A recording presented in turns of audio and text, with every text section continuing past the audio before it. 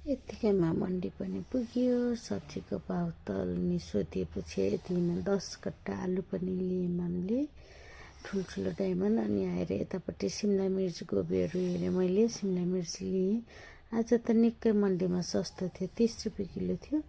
अनि मैले लिएर आएँ। अनि यता पत्तागोबी मिलनले तौल्दै रहेछन्, हामीले 200 किलो लिएर आयौँ, 2 क्विन्टल पुरै लिएर आयौँ।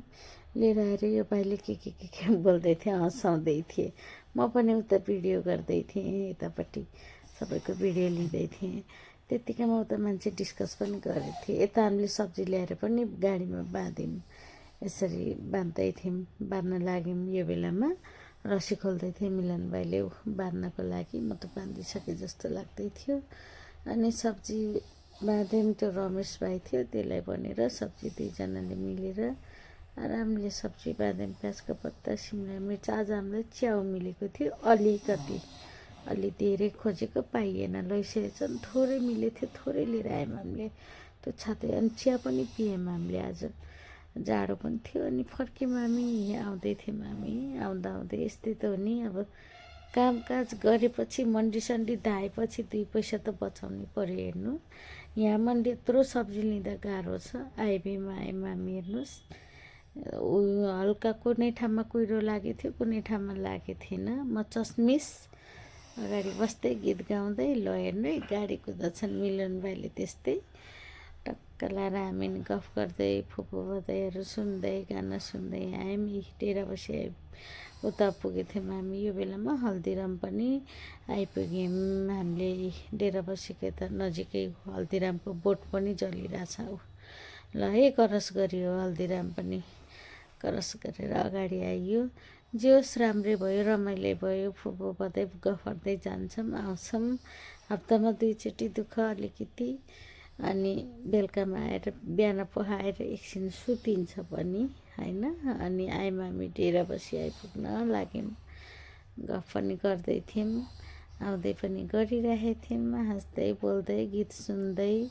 यस्तै त हो, अरू त के भन्नु र साथीहरू। डेरा बसी पनि आइयो, हेर्नु है, हाम्रो अगाडि ट्याक्सी टननन रन्केर गयो। अब फ्लाइओभरमाथि जाने हामी करसमा हामी सिभिल रोडमा आयौँ। सिभिल रोडबाटै यता मन्दिर पनि दर्शन गर्नु, चन्द्र हस्पिटल कटेर पनि रामतलाईमा पुग्यौँ। जय श्रीराम बोले पनि मैले, लाइन गएको रहेछ। यत्तिकैमा आएर यतापट्टि भोले बाबाको मन्दिर, सब्जी मन्डी नि कटियो। भोलि फेरि हामीले यता बरबला मोडतिर मोड्यौँ। अब हाम्रो घरतिर मोडियो, बाटो क्रस पनि गरियो। यत्तिकैमा हेर्नु है, यहाँ उताबाट ट्रकले कत्रो लाइट। अनि हामी यहाँ पिरको थियो, त्यहाँनिर क्रस पनि गरियो। अगाडि अलिकति अगाडि हाम्रो घर आउँदै थियौँ। यहाँनिर हेर्नु है, कसरी फुद्रु फुद्रु फुद्रु टुकुन टुकुन टुकुन हिँड्छन्। ओह, भुत चाहिँ टुकुन टुकुन टुकुन हेर्नु है, भुत जस्तै ठ्याक्कै। पर हामी आफ्नै घरतिर मोडियो, एउटा मान्छे ठ्याक्कै भुत जस्तै। फेरि मिलन भाइले यता गाडी मोडेर फर्काएर मोड्न ब्याक गरेँ। यत्तिकैमा म पनि उत्रेँ। फाइनल्ली आइपुग्यौँ हामी घर। अब मैले सब्जी अलिकति ल्याएको थिएँ, त्यो सब्जी निकाल्ने कोसिस गर्दैछु। अनि ऊ आज त्यहाँ मन्डीमा एउटा बाजेले बिस्कुट पनि त्यो थिएँ नयाँ अरे भनेर त्यो पनि किनिदिउँ, बिचराको थोरै बेपार्ने भयो। यहाँ बच्चाले नयाँ पनि खान्छन् भनेर स्विटकर्न बगाएर सबै लिएर आएको थियौँ। उहीँबाट लिएर आउने आएर ऊ मेरो पानीको बोतल हल्लाउँदै, जहाँ जाँदा नि यो पानीको बोतल चाहिँ प्रायः जान्छ मेरो। भित्र पनि छिरेँ म पनि।